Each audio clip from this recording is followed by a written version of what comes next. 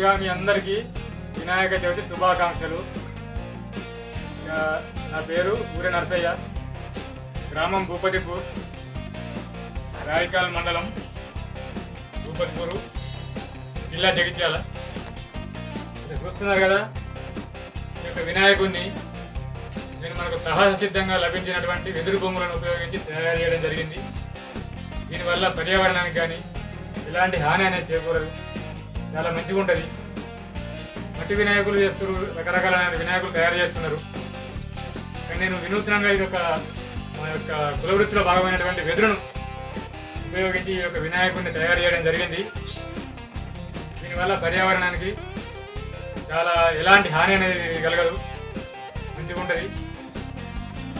కాబట్టి ఈ మాలాంటి కళాకారులను ఆదరిస్తారని, ఇవన్నీ కూడా ఈ కళాకృతులన్నీ కూడా నేను చేసినాయి. ఈ కళాకృతులన్నీ కూడా వెదురు బొమ్మలను ఉపయోగించి చేసినాయి. రకరకాల కళాకృతులన్నీ కూడా వెదురు బొమ్మలను ఉపయోగించి చేసినాయి.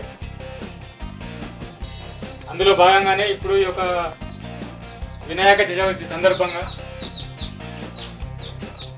గణేష్ మూర్తిని చేయడం జరిగింది. నాకు చాలా సంతోషంగా ఉంది. అలాగే అలాంటి కళాకారులను ఆదరించి ప్రోత్సహించాలని వేడుకుంటూ మరొకసారి మీ అందరికీ వినాయక చవితి శుభాకాంక్షలు. నమస్తే.